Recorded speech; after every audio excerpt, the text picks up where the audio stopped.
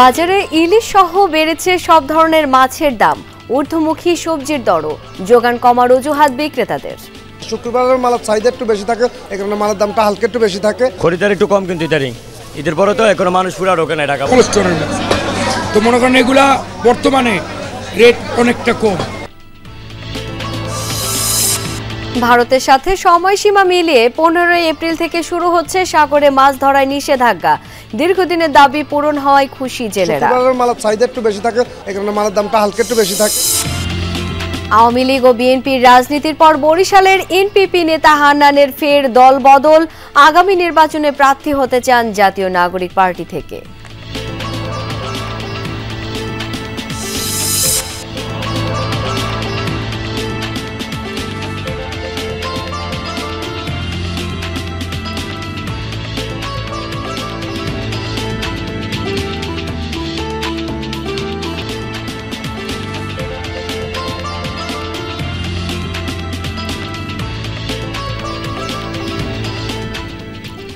আমন্ত্রণ সংবাদ সারা দেশে, আপনাদের সঙ্গে আছি আমি শাওন দত্ত।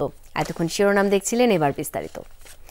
শীতকালীন সবজির সরবরাহ কমার প্রভাব পড়েছে বাজারে, ঊর্ধ্বমুখী বেশিরভাগ সবজির দর।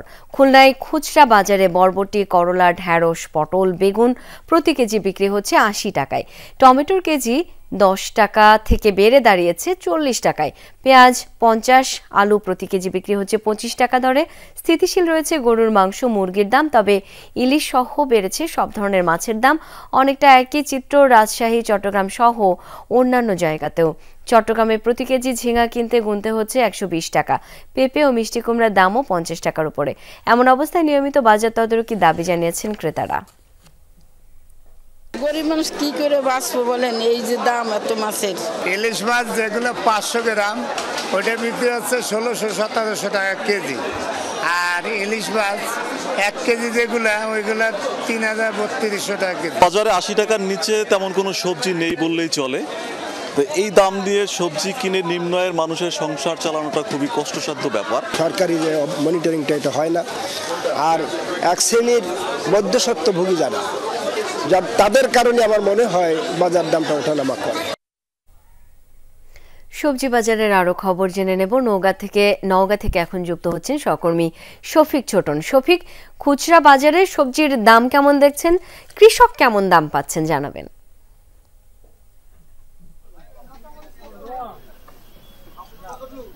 শাওন, হচ্ছে যে একটি ভালো খবর, সেটি হচ্ছে যে এরই মধ্যে গ্রীষ্মকালীন যে সবজি চাষ করেছেন চাষিরা, সেগুলো বাজারে উঠতে শুরু করেছে, কিন্তু খুব একটা প্রভাব ফেলতে পারেনি এখন পর্যন্ত। নতুন যে পটল, করলা বা অন্যান্য সবজি, সেগুলোর দাম কিন্তু বেশ চড়াই বলা চলে। আজকের খুচরা বাজারে প্রতি কেজি ঢেঁড়স বিক্রি হচ্ছে 60 থেকে 65 টাকা, করলা বিক্রি হচ্ছে 55 থেকে 60 টাকা, এবং নতুন পটল বিক্রি হচ্ছে 80 থেকে 85 টাকা কেজি দরে। এছাড়া নতুন ঝিঙে উঠেছে, সেগুলোর কিন্তু 100 টাকা ছুঁই ছুঁই।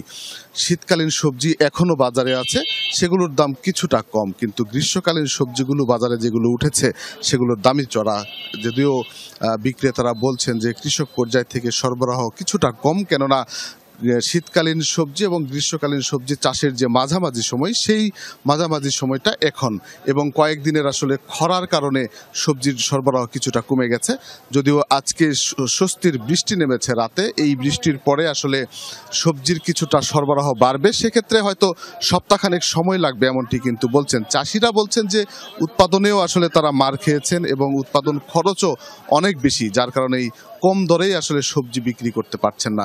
কম দরে বিক্রি করতে গেলে অনেক লোকসানের মুখে পড়তে হচ্ছে। সব মিলিয়ে আসার কথা হচ্ছে যে হয়তো কয়েকদিনের মধ্যে সরবরাহটা বাড়বে, অর্থাৎ গ্রীষ্মকালীন যে সবজি চাষ করেছেন চাষিরা বিভিন্ন ফসলের মাঠে, সেগুলোর সরবরাহ বাড়তে শুরু করবে।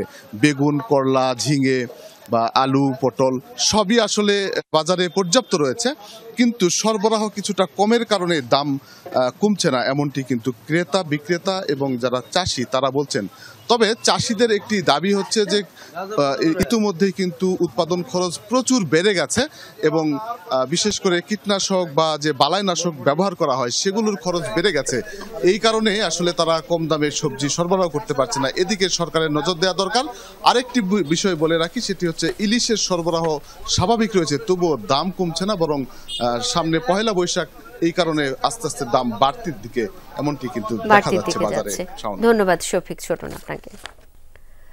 এবছর থেকে সাগরে মাছ শিকারের নতুন সময়সীমা নির্ধারণ করা হয়েছে।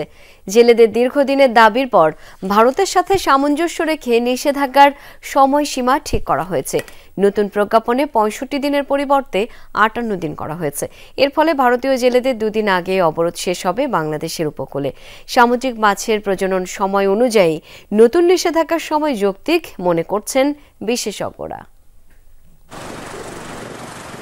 সামুদ্রিক ৪৭৫ প্রজাতির মাছের উৎপাদন ও সংরক্ষণ নিশ্চিতে এতদিন বাংলাদেশি জলসীমায় মাছ ধরায় নিষেধাজ্ঞা ছিল ২০ মে থেকে ২৩ জুলাই পর্যন্ত।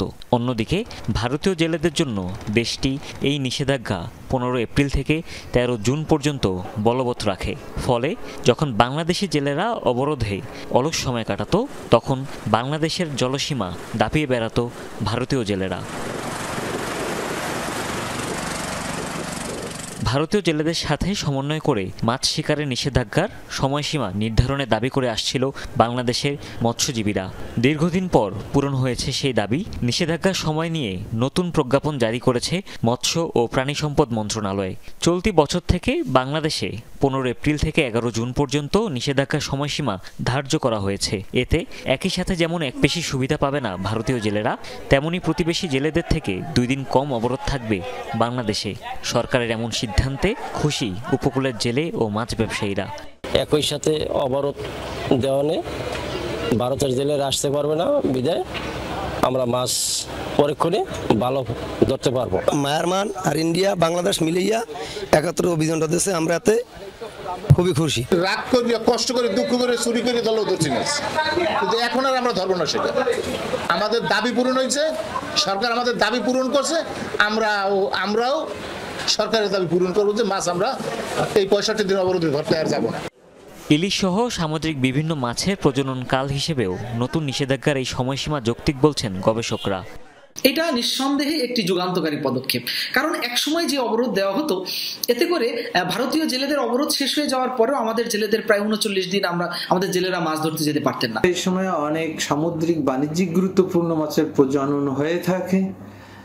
একই সঙ্গে এই সময় নিষেধাজ্ঞা বাস্তবায়ন হলে ভারতের যে নিষেধাজ্ঞার সময়সীমা আছে সেটি বাস্তবায়নের ক্ষেত্রেও অনেক সুবিধা হবে। কেবল পটুয়াখালীতেই নিবন্ধিত জেলের সংখ্যা ৬৯,০০০-এর বেশি। এছাড়া উপকূলের অন্য জেলাগুলোর জেলেরাও নিষেধাজ্ঞার সময় মাছ ধরা থেকে বিরত থাকে। হুমায়ুন রশিদ, যমুনা নিউজ। ঝিনাইদহের শৈলকুপায় আধিপত্য বিস্তার নিয়ে দুই পক্ষের সংঘর্ষে ২০ জন আহত হয়েছেন।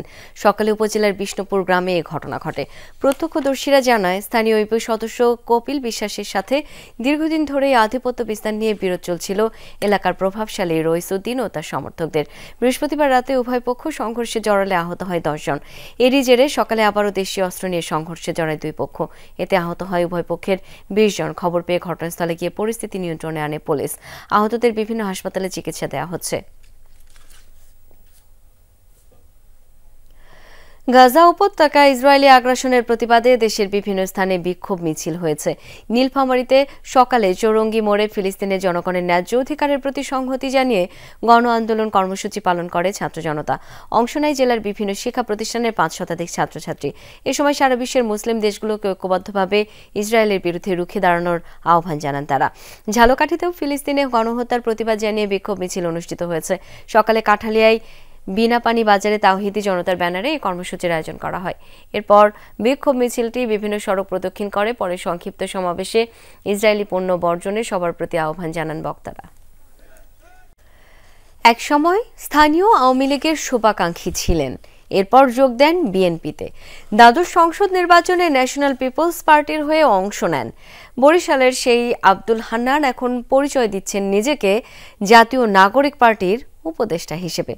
যদিও এনসিপির হাইকমান্ড বলছে তাদের কোনো উপদেষ্টা নেই, বিব্রত স্থানীয় এনপিপি নেতারা। বিস্তারিত কাউসার হোসেনের প্রতিবেদনে। সড়কে সড়কে ব্যানার আর পোস্টার নিজের ছবির সাথে যুক্ত করেছেন জাতীয় নাগরিক পার্টির শীর্ষ দুই নেতার ছবি। এনসিপির উপদেষ্টা হিসেবেও নিজেকে উল্লেখ করেছেন আব্দুল হান্নান শিকদার।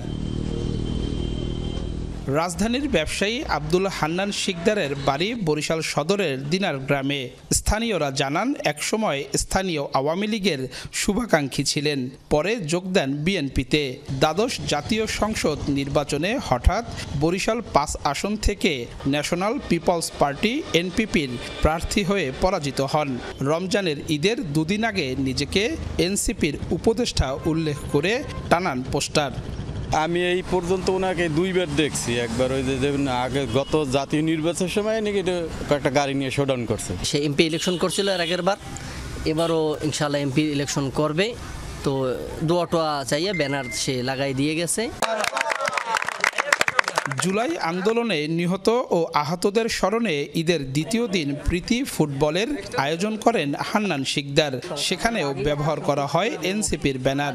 উপস্থিত ছিলেন বৈষম্য বিরোধী ছাত্র আন্দোলন ও নাগরিক কমিটির স্থানীয় নেতৃবৃন্দ। এনসিপির দক্ষিণাঞ্চলের যুগ্ম মুখ্য সংগঠকের দাবি, এখনও উপদেষ্টা পরিষদ গঠন হয়নি দলে। আমরা আসলে ওখানে বুঝতে পারি নাই যে এখানে অন্য কোনো কেউ বা অন্য রাজনৈতিক ব্যাকগ্রাউন্ডের কেউ এসে এটা আয়োজন করছে বা কিছু না। আমাদের উপদেষ্টা কমিটি হয়নি। আচ্ছা, উনি এখন কিভাবে দাবি করছেন আমি জানি না। আমাদের যারা আছেন তাদের সাথে আলাপ করে পরবর্তীতে জানাতে পারবো যে এটা আসলে কি ধরনের পদক্ষেপ নেওয়া যেতে পারে। হান্নান শিকদারের কর্মকাণ্ডে ক্ষুব্ধ স্থানীয় এনপিপি নেতারা। মনোনয়ন নেয়ার পরে যখন সাবমিট করে তখনও করার সময় আমরা ছিলাম না এবং সাবমিট করার সময় আমরা ছিলাম না।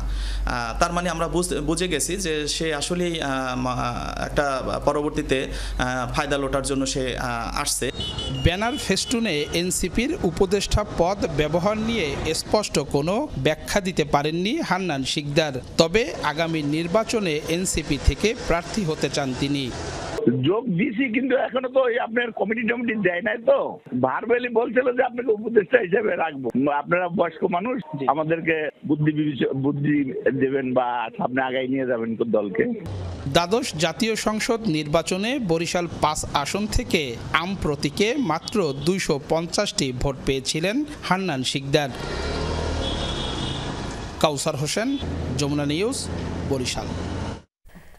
নাটোরের গুরুদাসপুরে ধর্ষণে ব্যর্থ হয়ে এক নারীকে এলোপাতাড়ি কুপিয়ে জখমের অভিযোগ উঠেছে। বৃহস্পতিবার বিকালে উপজেলার কুমারখালী এলাকায় এই ঘটনা ঘটে। স্থানীয়রা জানায়, মাঠের মধ্যে একটি পুকুরে হাঁসের জন্য শামুক কুড়াতে যান ভুক্তভোগী নারী। এ সময় তাকে কুপ্রস্তাব দেয় অভিযুক্ত জাকারিয়া হোসেন। রাজি না হলে জোরপূর্বক ভুক্তভোগীকে পাশের ভুট্টা খেতে নিয়ে ধর্ষণের চেষ্টা চালায়। বাধা দিলে জাকারিয়া তার সাথে থাকা কাঁচির মাধ্যমে ভুক্তভোগী নারীকে জখম করে পালায়। রক্তাক্ত অবস্থায় বাড়ির পাশে একটি উঠানে এসে জ্ঞান হারান ওই নারী। তাকে রাজশাহী মেডিকেলে ভর্তি করা হয়েছে। এদিকে ঘটনার পর থেকে অভিযুক্ত জাকারিয়া পলাতক। 2 পায়ে শিকল পরানো এক যুবক হাজিরা দিতে এলে ভোলার জেলা ও দায়রা জজ আদালতে সৃষ্টি হয় চাঞ্চল্য। সে ভয়ভীতি ও মারধরের হুমকি মামলার আসামি। এই মামলা করেছেন তারই আপন চাচাতো ভাইয়ের স্ত্রী। তবে স্বজনদের দাবি, মিথ্যা মামলায় ফাঁসানো হয়েছে মানসিক প্রতিবন্ধী এই যুবককে। 2 পা শিকলে বাঁধা, এসেছে মামলার হাজিরা দিতে। ভোলার জেলা ও দায়রা জজ আদালতে এই ঘটনা দেখে চমকে ওঠে উপস্থিত জনতা। স্বজনদের দাবি, মোহাম্মদ আরিফ মানসিক প্রতিবন্ধী। আরিফের বাবা মোহাম্মদ নাসিরের সাথে চাচা মোহাম্মদ মিলনের জমিজমা নিয়ে বিরোধ। 2 পরিবারের পাল্টাপাল্টি মামলায় হয়রানির শিকার হয়েছে আরিফ। বাড়ির মধ্যে যা গাছরা আছে সব কাটিয়ে লাইছে, গাছের গোড়া আছে কাটিয়ে লাগানোর পরে আমি আবার থানায় অভিযোগ দিছি। আর দারোগা আইছে আওয়ানোর পরে এই গাছরা কাটিয়ে আবার কি করছে, আবার কি করছে, আমার 7 ধারা মামলা করছে। আবার আমার এই প্রতিবন্ধী ছেলে সহ আমাকে ব্যাকের নাম। জন্মের পরে থেকে আমার ছেলে আরিফ প্রতিবন্ধী। ওরে একটা ঘর উঠায়া ওরে বাথরুম সহ ওই ঘরের ভিতরে শিকল দিয়া ফাটালা দিয়ে আটকে রাই। বাবা মা ভাই মিলে 5 জনের নামে আসামি করছে। আমার বাপে একজন গরিব কৃষক, জমি কিনা ভাইয়ের সাথে বাড়ি করছে। এই বাড়ি জমি কিনা নিয়ে কাল দাঁড়াইছে। নাসিরের পুত্র আরিফ, সে একজন বুদ্ধি প্রতিবন্ধী। সে যে কোনো মুহূর্তে দৌড়ে পালিয়ে যেতে পারে। এই কারণে সে শিকল পরিয়ে তার পুত্রকে আজকে কোর্টে হাজির করেছে। এই ছেলের পক্ষে কাউকে এভাবে আঘাত করা কিংবা মামলায় জড়ানো সম্পূর্ণ উদ্দেশ্য প্রণোদিত। মামলার বাদী মার্জিয়া বেগম সম্পর্কে আরিফের ভাবি। তার দাবি, আরিফ প্রতিবন্ধী নয়। দেখছি মতো নিয়ে যে আমার যে গেছে যে মারধর করতেছে এই যে এমনি লাঠি ছোটা লয়ে যে গেছে যে চোরাই আরিফের নাম তারপরে নাচি শরীফ সবাই মিলিয়ে গেছে এই ঘরে পোলা যে চুরি করায় তো কে এই বাইন্দা কি প্রতিদিন। চলতি বছরের ফেব্রুয়ারিতে আদালতে মামলা করেন বাদী। পুলিশ বলছে আসামি প্রতিবন্ধী কিনা সেটা জানা নেই তাদের। আদালত মামলার তদন্তের আদেশ দিলে কঠোরভাবে তদারকি করা হবে। মামলাটি এখনো আদালতে আছে। থানা পুলিশ এর তদন্তভার পেলে আমরা প্রয়োজনীয় তদন্তপূর্বক দোষী ব্যক্তিদের বিরুদ্ধে বিজ্ঞ আদালতে অভিযোগ দায়ের করব এবং নির্দোষ প্রতিবন্ধী ব্যক্তি যদি থাকে তাকে অব্যাহতি দানের জন্য বিজ্ঞ আদালতে আমরা প্রার্থনা করব। এ ঘটনার সঠিক তদন্ত করে অপরাধীদের আইনের আওতায় আনার দাবি এলাকাবাসীর। জারিন অর্নি, যমুনা নিউজ। আর এই ছিল সংবাদ সারা দেশের এখনকার আয়োজনে। এতক্ষণ সাথে থাকার জন্য সবাইকে অসংখ্য ধন্যবাদ।